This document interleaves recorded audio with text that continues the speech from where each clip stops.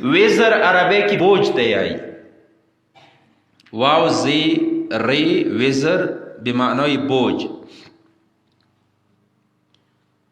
د وزیر تسیمو تو پاکستان کی وزیر نے آئی ایدی واجہ دارے سے چونکہ د ملک ټوله بوجھ وزیر باندې وي. توجه مشتو کنه. بیا وزیر اعظم ته وزیر اعظم نه ویلي چونکہ د ملک ټولو نه زیات بوجھ دغه وزیر باندې دی، یعنی ټولو کې غوړ بوجھ دغه وزیر باندې دی، دی وجه نه وزیر اعظم نه وته آئی. یا وزیر ریلوی مثلا د ریلوی ولا سوره امور دی هغه بوجھ د خاص باندې دی.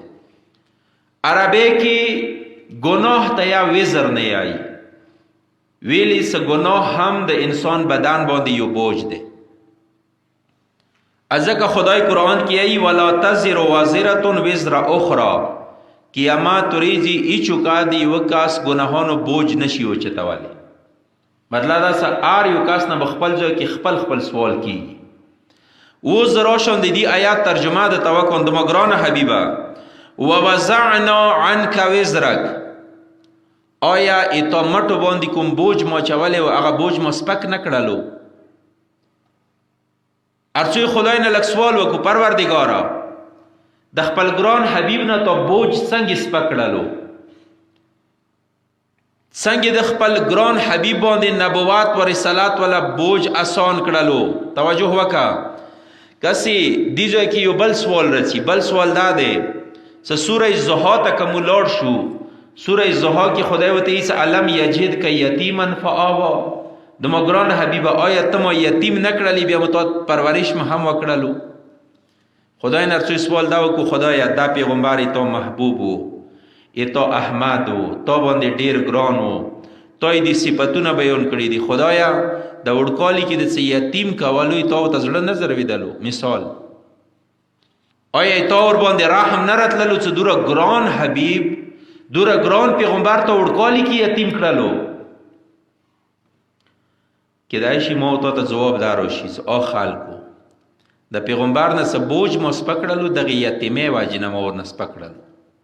هغه څنګه یعنی د پیغمبر مټو باندې دوا سنگین ټولو کې درنده بوجونه و، یو د رسالات و نبوات والا بوج و بل دی مور و پلار د خدمات والا بوج.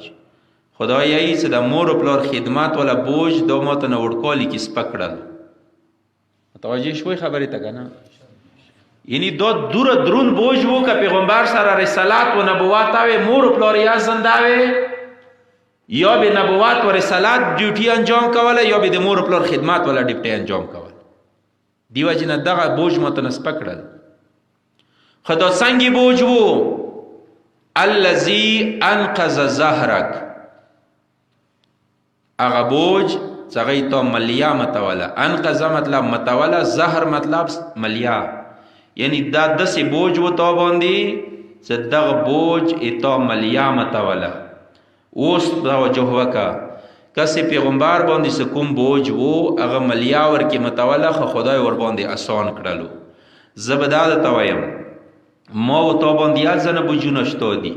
مثلا مثال اکلی مشر شوانه دا بوج ده، اکام مشر شوانه دا بوج ده، استاد شوانه دا بوج ده، علیم شوانه دا بوج ده، اهل منبر شوانه بوج ده. خدای تا سوال کو پروردگار دا بوجونه تمو باندې آسان کی. دا آسان خبره نه ده که احسان طریقې سره انسان یو کار انجام کوي سار ته رسوي نه د قوم مشرتوب د څه وړه خبره نه ده. ازکه مو سره روایت شته څه قیامت ورځې به د اویا او جهلانو حساب وشي یو علیم به ویلوړ وي. ویلي واجه څه دی؟ واجه دا دی دی مټو باندې بوج زیات دی. دوستان عزیز خدای ته شکر وکوي چې چی مسئولیت د سره نه وي. مثلا د منبرګاه خادم نه خدای ته شکر وکا ویلي کېدای شي چې ته 1000 روپے جیب کې د سلوړی شي د متمخانی والا. ای مسجد مسئول نه مسجد چرج د سره نشته ده خدای ته شکر وکا ویلي کېدای شي 15 روپے د مسجد سره لوړی شي جیب ته. چې ته پېش نماز نه خدای ته شکر وکا ویلي وجه بچټي خلکو المنزو ولا کباتیل شول تو باندې رسی. متوجه شوي کنه؟ مو روایات لرو سکه چای واره په سهم امام غلط استعمال کوي دی دوره گناه ده اغنا عظیمه گناه لري چې چوک سهم امام نه وبسي اوس کا زخ پل ځان بچولې د پاره چاته 10,000 روپے سهم امام ویر کوم هغه انسان به مذهب مغا سړی کوي سبیله به کابر کې جواب زویر کوم ازکه یې سب بدترین انسان هغه دی چې هغه خپل اخرات دی بل چا دنیا د پاره خراب کی یعنی سکله در باندې مټو باندې بوج راغللو دی وخت کې که احسان طریقې سره انسان انجام نکړلو د خپل اخرات خرپول دی د بل سړی دنیا ابدولې د پاره